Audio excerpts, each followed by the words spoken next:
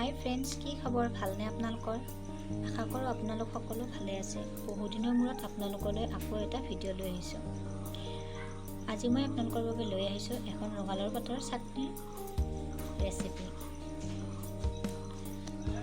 ৰঙালাওৰ এনেকুৱা কোমলীয়া পাত লৈছোঁ, প্ৰায় 10-12টামান। পিঁয়াজ এফাল লৈছোঁ, নহৰু 2 ফুট, জলকীয়া এটা আৰু আদা কেইফুটৰমান।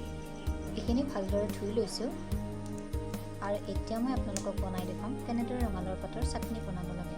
তেনেহ'লে আহকচোন আৰম্ভ কৰোঁ চাটনিটো। আৰু ভালদৰে লৰাই দিম।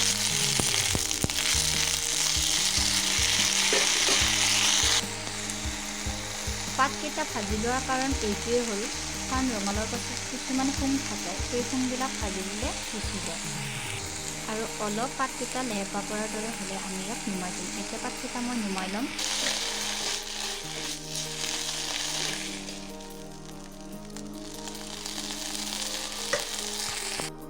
আৰু এতিয়া আদা আৰু নহৰুখিনি অলপ গৰম কৰি ল'ম। ইচ্ছা কৰিলে পিঁয়াজখিনিও দিব পাৰে, নিদিলেও কোনো কথা নাই।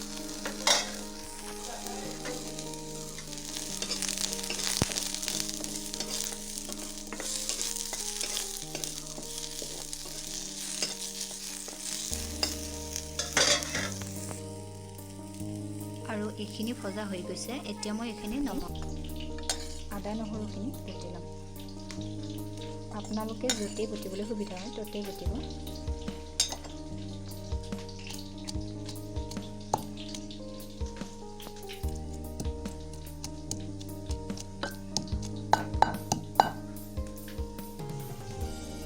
আৰু এতিয়া ইয়াতে দিম ৰঙালাওৰ পাতখিনি দি ভালদৰে বটি ল'ম।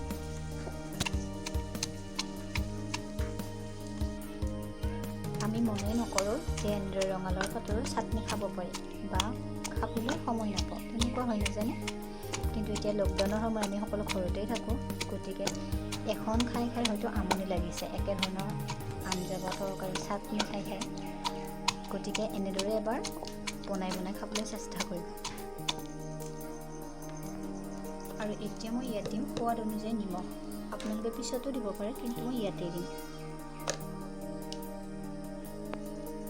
আৰু এয়া প্ৰায় আমাৰ বটা হৈ গৈছে।